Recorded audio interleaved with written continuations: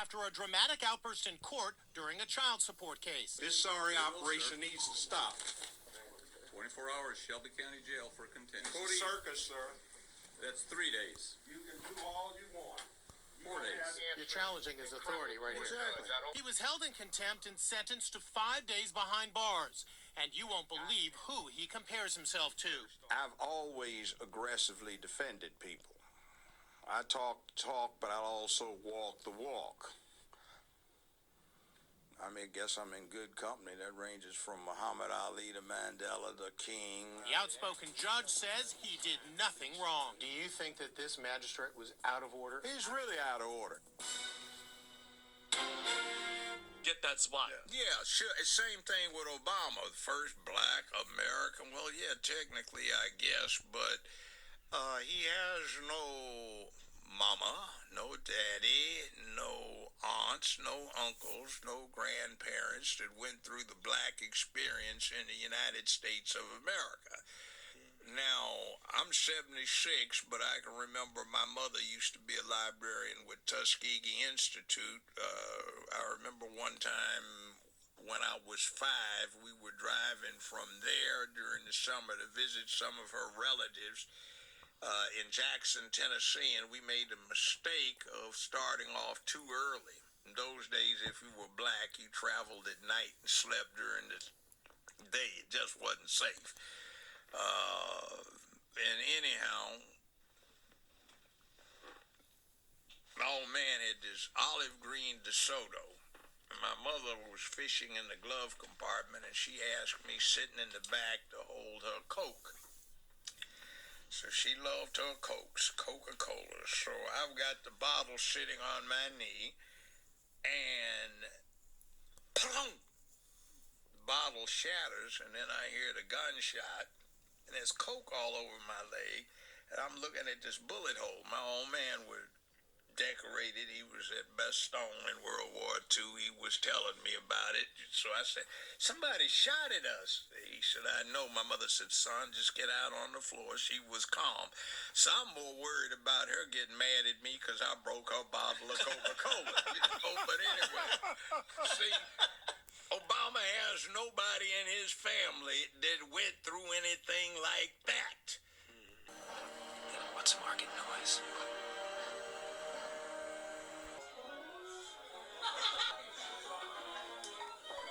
Anyone who was knowledgeable of American law would have expected and predicted the outcome of the Cosby appeal. Mainstream media in Hollywood incite public disorder by lying to the people about the law and encouraging mob rule. Hollywood reacts to Bill Cosby release with shock. Here to discuss his recent comments, joining me now is Judge Joe Brown. Judge, thank you for joining me. Why do you say that mainstream media encourages mob rule? I've talked to 43 lawyers around the country, 17 judges, and I haven't found one that was shocked by the verdict. Most saw the same thing that I did from day one. This never should have gone to trial. It's a travesty. It's a violation of due process in American law. It is part of this mess that mainstream media is trying to feed into the heads of the citizenry and poison them by saying that their emotions and their feelings are supposed to have paramountcy over what happens within the law. That's not the way it goes. I get people who never even took what they should have gotten in the 4th and 5th grade get to talking about how somebody going to disprove what these women accuse Dr. Cosby of. And the truth of the matter is you don't have to. They have to prove that what they claim is true, not the other way around. That's American law. I see too much of this. Show up on the courthouse, voice your opinion, and get the courts to yield to what you believe. That's not the way the law works. That's called mob rule, mob justice. And if you want a more egregious exemplar, take what happened to Emmett Till and every other black man that's been lynched in the history of this country because somebody got emotional and decided to suborn the law, go around it, and do what their emotions drove them to do. So that is the way things ought to be. Law separates us from the animals, and we can't have this disregard of the law. I want to commend this Howard Dean for being forthright enough to speak out on what the reality is, and I would suggest that they need to strengthen the breadth requirements at Howard University so I don't see such ignorance coming out of this profoundly historic black university. My father went there way back in the 40s. Well, there's two things going on at once, though, Judge. That I have heard come out of that place lately. And if anybody So, Judge, I think there's two things happening at once. Justice, they ought to. So, Judge, I think there's two things happening at once here. And I think, on the one hand, many of us are legitimately aware, and myself included, that the criminal legal system doesn't give equal outcomes to everybody. That black folk catch the worst end of this. That big discussion about blacks for Trump. What? Just tell me, what do you think it is that Trump is going to do for blacks that the blacks don't have an understanding of? We don't identify his opponent, who we think is a fake. One, two. You know, we are into this man thing, and the party she represents has been trying to call us toxic, and we're not buying that. And the other thing is the president is, by the way, the commander-in-chief, and we want a man for a war chief. Got it. And economically, real quick, we got 30 seconds. Economically, what do you think he's going to do for us as black community economically? I'd rather have a billionaire who's proven that he can manage a big business as an executive rather than somebody that's never led anyone. And when she was in California doing her thing, it was so. End of story. Judge? She didn't get voted in. She didn't win a primary. Right. She didn't even go through the proper caucus process. Her saying that she believes Donald Trump is a fascist got a lot of headlines because it was the first time she said it. She's been going along for days saying Mark Milley said he's a fascist. This person said this. You raised the question of authenticity in your interview with her, and that was an authentic moment where she says, "Yeah, I do think he's a fascist," and I think that's why it had a reaction. Donald Trump, he for whatever you think about him, if you like him, if you hate him, he is certainly who he is. He's shown us who he is every single day. Yeah, which is a fascist. And it's crazy because you still don't have news networks having that conversation. Yeah. Like when somebody says, when somebody questions Kamala Harris's blackness or is she a DEI hire, y'all will have roundtable discussions about that, asking that question. How come you're not having roundtable discussions asking, is Donald Trump a fascist? Actually, not even asking it, stating it. I mean, when you look at the things that he's talking about doing, jailing journalists, jailing his political opponents, turning the military on American citizens. The guy said he wanted to terminate the Constitution to overthrow the results of an election. How come that is not the topic of discussion on networks like CNN every day? But do you think that, I mean, you were raising this with Kamala Harris about her own authenticity, about her own willingness to just, say things that aren't crafted. Do you think she needs to do more of that? Trump's going to go. Apparently, Trump's going on. Is going to tape a thing with Joe Rogan. Do you think she should do that? I think that she should keep calling Donald Trump a fascist. And I think that Americans need to keep looking at the rhetoric of Donald Trump, because I don't know why we're even thinking about electing somebody who's talking about putting people in camps. I don't know why why we want to elect somebody who's talking about mass deportation. I don't know why we're having this conversation about somebody who wants to terminate the Constitution to overthrow the results of an election. Aren't we supposed to be a patriotic country? Whenever somebody like Colin Kaepernick takes a knee in this country, everybody talks about, oh, that's so unpatriotic. But a guy can say he wants to terminate the Constitution to overthrow the results of an election and nobody cares. Like even me bringing it up now, you brought it back to Kamala and Joe Rogan. Anderson, Yeah. Who gives a damn?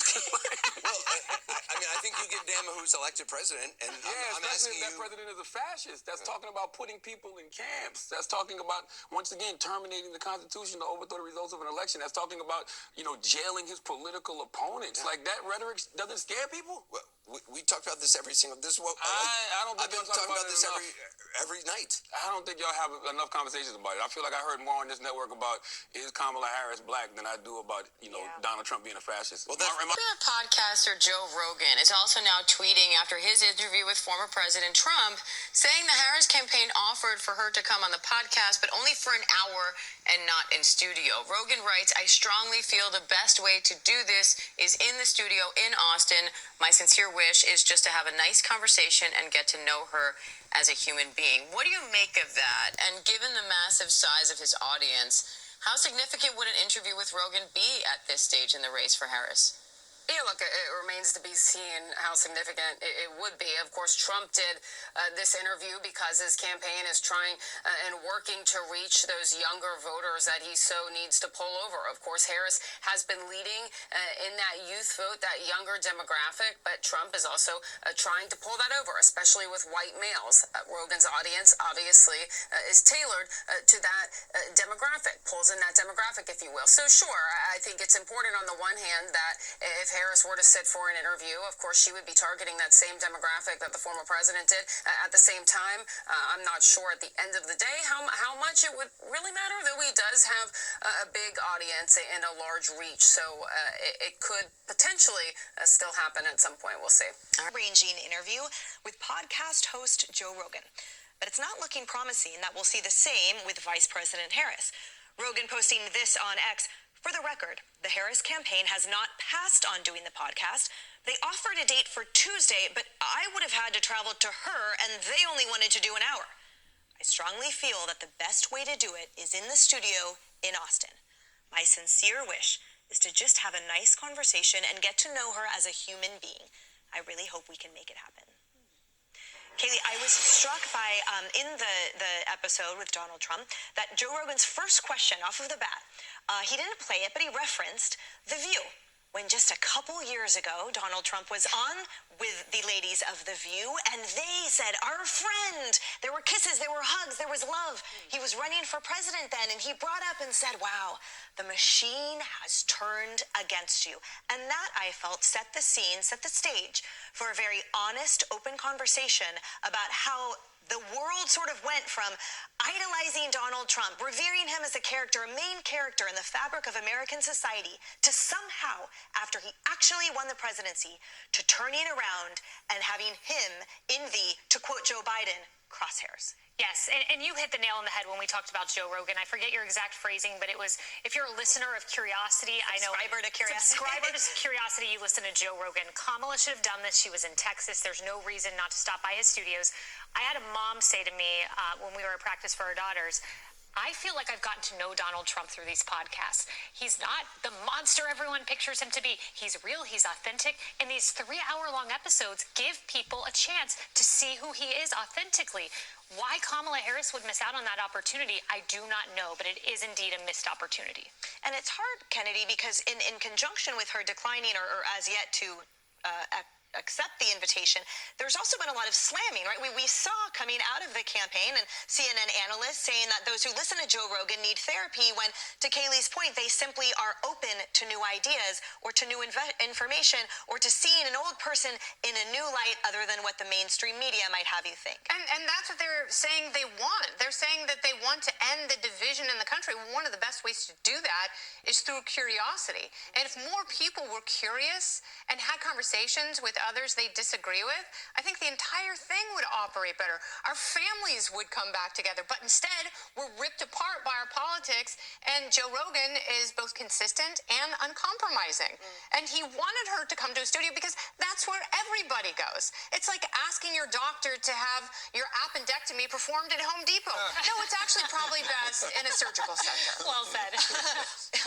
Noted. Yeah. Yes. And Bill Hemmer, the other thing is, to everyone's point about the authenticity of podcasts, the relaxed nature, I wonder if that's why it would be so damaging and challenging for Kamala Harris. We saw her on that interview here. Right. She just faked an accent. She was born in Berkeley and grew up in Canada. Her parents were Berkeley professors. I don't know where that accent came from. There's a little bit of pandering, clearly. Would she fold if it was an hour and 1 minute? Yeah, no, because Rogan won't fold. He has his parameters. It's 3 hours. It's in my studio in Austin. Last week, when everybody in this building was going, why is Trump in Texas? And yeah, he did an event for Ted Cruz, but I don't necessarily think that Ted Cruz is in danger of losing his Senate seat. I said, because he's going to be in the studio with Rogan for sure. You want to reach 35, 40 million people in the next week? That's what you do, and you show up. I thought that it was a very wide-ranging conversation. It showed me the breadth of Trump, and Joe Rogan is a fascinating guy. He can talk about a lot. Well, look, it had legs as news, because you had 33 million plus people watching it on one format. Hey everyone, I'm Emily Campagno.